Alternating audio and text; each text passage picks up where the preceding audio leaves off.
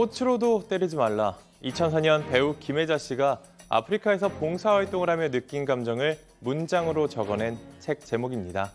스페인의 교육자 프란시스코 페레의 평전 제목을 인용한 건데요. 어린아이처럼 작고 약한 존재에 대한 폭력을 멈추라. 이런 뜻이 담겨 있습니다.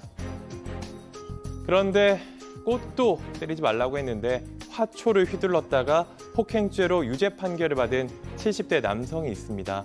심지어 화초가 몸에 닿지도 않았는데 유죄 판결을 받았습니다. 어떤 이유에서였을까요? 상대방 귀에다 대고 나한테 말 걸지 마 하면서 이렇게 소리를 지른 50대 여성도 벌금형이 선고됐습니다. 마찬가지로 혐의는 폭행이었고요. 별거 중인 남편이 다른 여성과 함께 있는 걸 보고는 화가 나서 입에 머금고 있던 물을 확 뿌려버렸습니다. 이 여성 역시 폭행죄로 재판에 넘겨졌습니다. 모두 다 손도 발도 몸에 닿지 않았는데 폭행죄로 재판에 넘겨지고 처벌까지 받았던 건데 과연 폭행이란 뭘까요? 오늘 사건 엑스파일에서는 신체 접촉 없는 폭행죄에 대해 알아보겠습니다.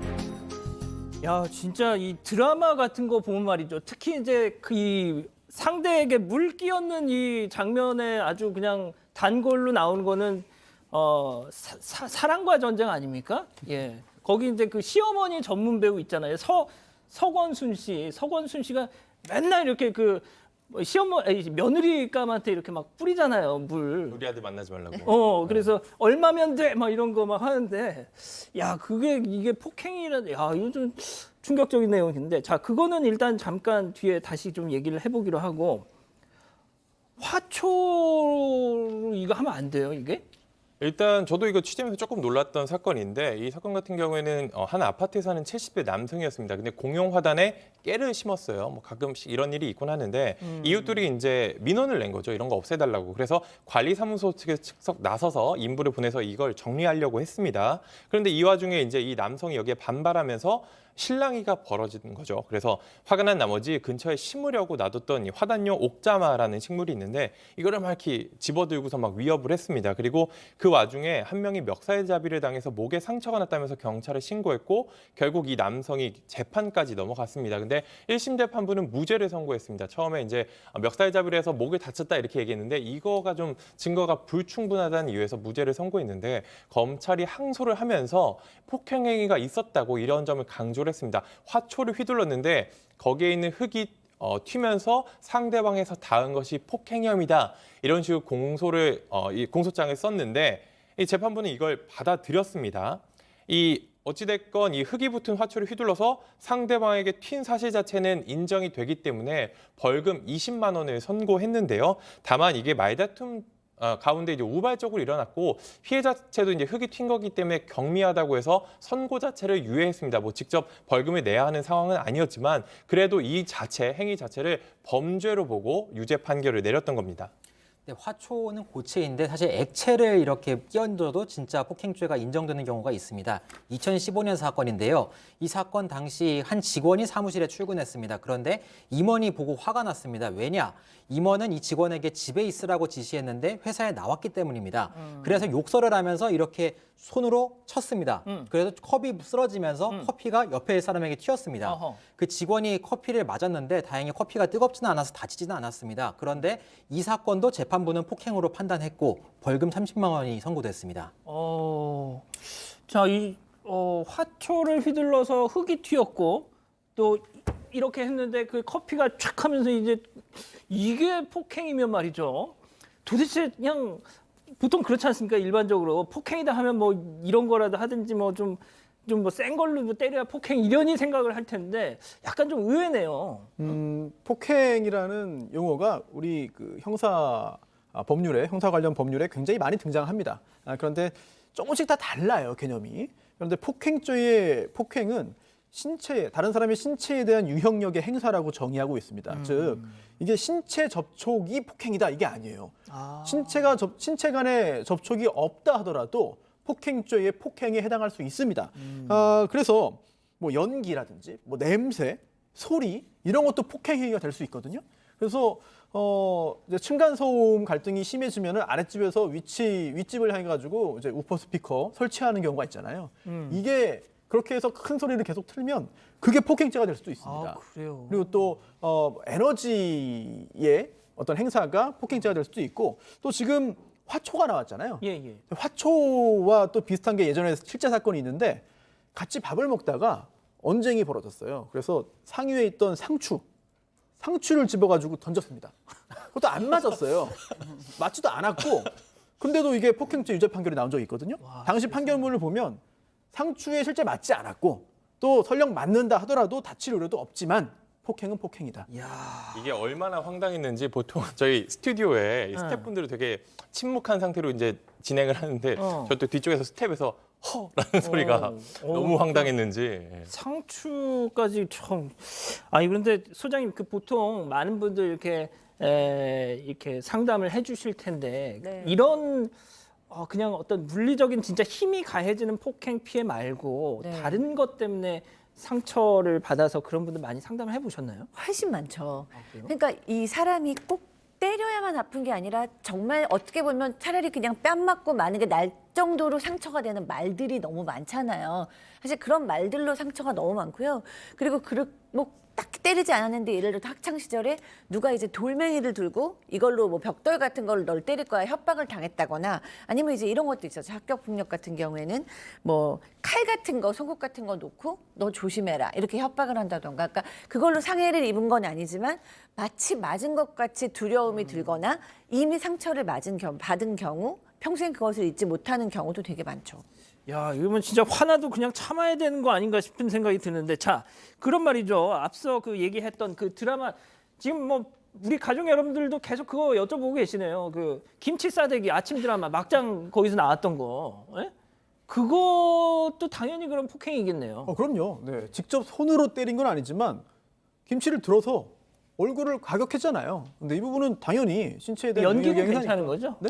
연기로 하면 괜찮은 거죠? 연기요. 연기도 괜찮은데 또 최근에 실제 사건에 비추어 보면 감독이 실제로 그렇게까지 요구한 게 아닌데 아닌데 너무 과장되게 본인의 판단에 따라서 합의되지 않은 행위를 했다면 그건 또 처벌 대상이 될 수 있지 않겠습니까? 유사한 사례들이 그래요? 있었죠. 네.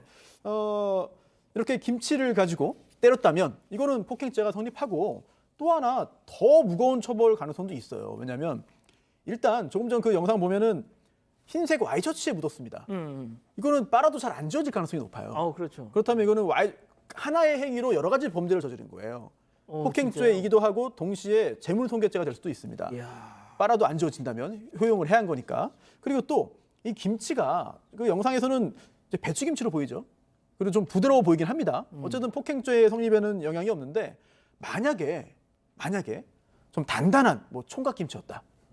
또는 뭐 얼어서 단단하다. 그게 백김치는 아니었습니다, 확실히. 네네. 그래서 김치가 또 하나의 종류는 아니잖아요. 그래서 김치의 형태에 따라서 이게 흉기는 아니지만 위험한 물건은 될 수 있어요. 총각김치면 그거는 진짜 좀 얘기가 가능성은 있는 거죠. 아니면 굉장히 큰 뭐 김치거나 이럴 경우에는 위험한 물건을 이제 소지해서 한 것이기 때문에 휴대해서 한 것이기 때문에 특수 폭행이 될 수도 있습니다. 그래서 그렇군요. 단순한 사안은 아니죠.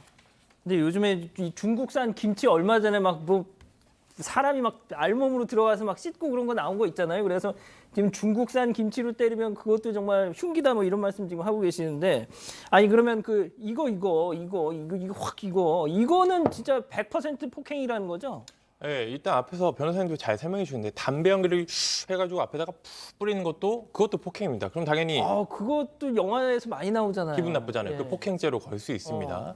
그리고 이제 물이나 이렇게 촥 내 아들 만나지 말고 촥 뿌린 거 다 범죄가 되는데 실제로 왠지 한번 들은 것 같은데? 제가요?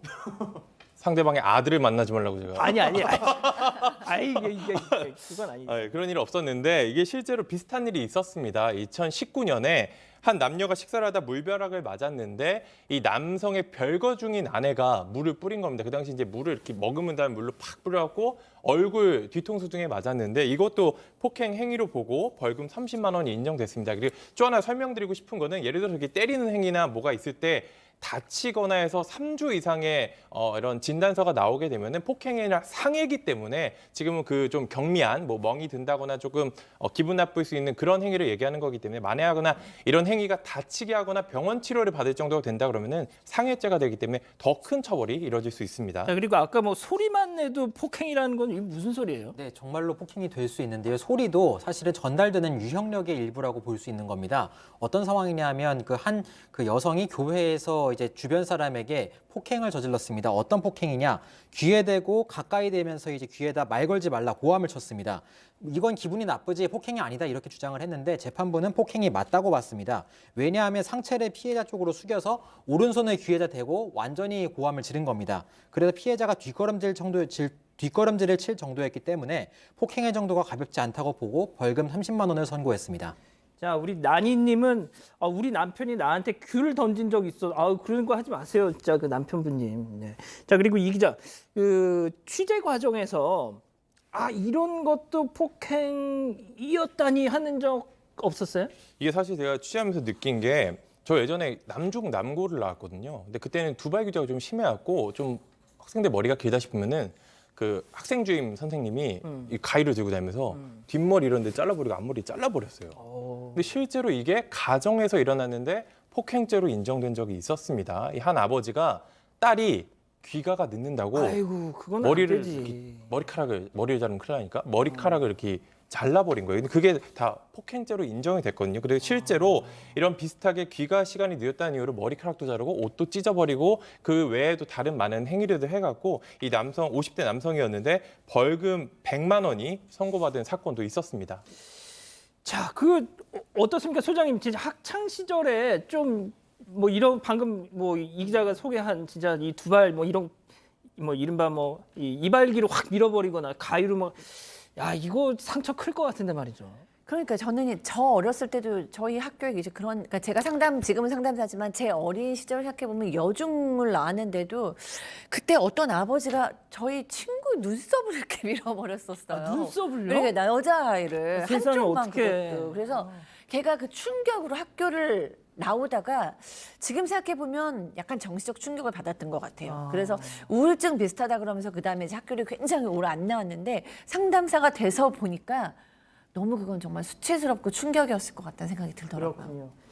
자, 지금 말이죠. 어차피 뭐 우리 소장님 말씀하신 김에 지금 달려볼까요, 그냥? 어차피 지금은 조금 빠지셨습니다. 몇 분 빠지셨는데 어차피 아까 2,500분을 넘었으니까 자, 제가 다시 한번 설명을 좀 드리겠습니다. 1993년에 이 진짜 서태지와 아이들이 막 떠가지고 막 할 때 그럼 여자 그룹은 어딨냐 해서 한일 합작 그룹이 SOS란 지금 나오고 있네요.